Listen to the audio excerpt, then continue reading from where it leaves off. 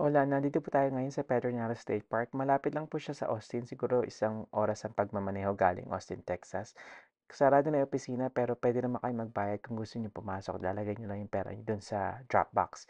May mga mapa, kaya lang may ahas daw, kaya ba tuklawin kayo, mag-ingat po kayo ha. Ito naman po yung papasok.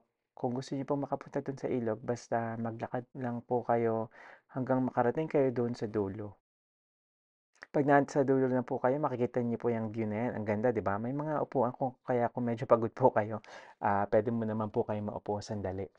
Kung gusto niyo pong makapunta dun sa ilog mismo, baba kayo dito sa hagdanan hanggang makarating kayo doon sa dulo, hanggang sa pinakababa.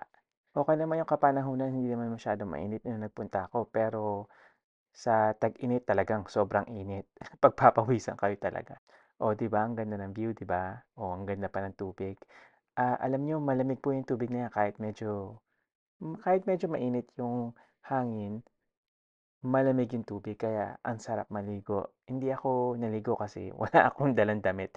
Pero alam ko may mga naliligo dito. Kaya lang medyo hapon na, papagabi na kaya konti na lang yung tao. May mga nagpi-picture taking yata doon sa dulo. Ewan ko kung napansin niyo, pero may mga nangingisda rin kasi may kaunting isda, hindi naman marami.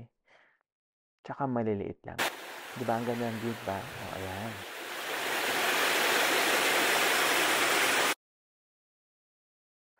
Ang alam ko po nagbukas po itong Pedernales State Park noong 1971. Pero yung mga bato pong nakita natin, mga huwag niyo po akong pansinin may sinasabi po ako, binura ko yung ano, audio kasi ang corny. Yung mga bato pong nakita natin, 300 million years na po yata o 300 milyong taon, na nandiyan. Yata, yun yata. At ano yata siya, limestone po ang tawag o ang tawag po yata sa atin sa Pilipinas, apog. Ayan, pauwi na po 'yan, papataas ka na lang.